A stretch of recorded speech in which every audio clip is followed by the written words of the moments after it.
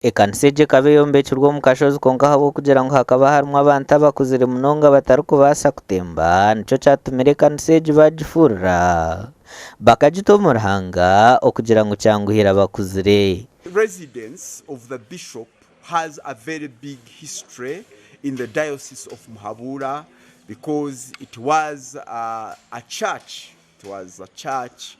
Reverend Ruzaza nagira ngu mu mwaka gwa 1990 nibwo batunga diocese kandi idina rikaba ina kidikonarizi 5 kandi neriizooba tibakongeraho gandiijo. Diocese eine amakanisa 162 amariisa 5 hamwe na akidikonarizi 5. Abakristaayo bashangwa bakara oruguuto rukuruga aha kanisa rukutemba ow'enju ya Bishop kandi nabo batugira ngu bashemerirwe.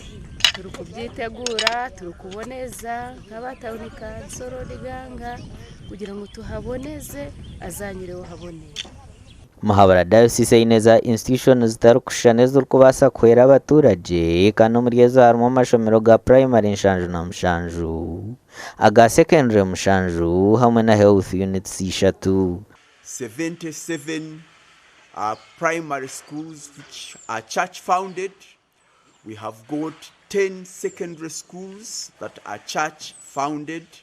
We have a vocational training center.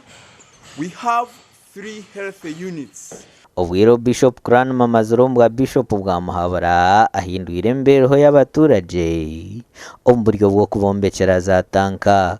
Reverend Godfrey Mbisaizire kutoranwa kuba Bishop wa kashatu wa diocese egi kandi naza kwemeka ebiro 2 by'okwezi kwa kane omwaka ogu.